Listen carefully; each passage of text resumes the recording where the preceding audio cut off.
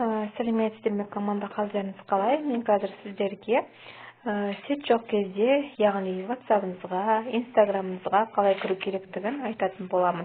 Ол үшін мына жерде тұрған Play Market-ке барасыз. Барғаннан кейін мына жерде VPN деп жазасыз. Міне мен уже жазып алып отырмын. Міне кәдімгідей орысша жазасыз VPN. Міне. Сосын мына жерде найзағай тұрған суреті бар, соған кіресіз. Кірген кезде міне установить деген жазу шығады. Сізде менде уже установить етіліп тұр, уже открыть деген жазу шығып тұр. Міне мен осы открытьті басамын. Басқан кезде уже принимать деген жазу шығады. Осыны басамын. Мне проверка, настройка сети, подготовка, в общем, жаңағы сервис нелердің бәрі айтылады. Содан кейін подключить деген жазу шығады. Соны басамыз.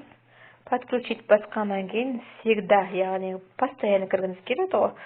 Всегда разрешать дегенді басасыз. Міне. Уже міне қараңыз, сіздің VPN-іңіз уже қосылды.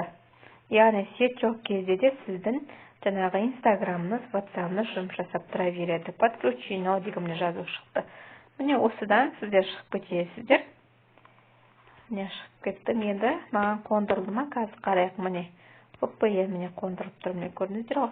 Осы VPN уже сіздің телефоныңызда болса, міне мына осы VPN телефоныңызда болса, сіз любой Instagram-ға, жаңағыдай YouTube-ға бәріне спокойно кіре аласыз.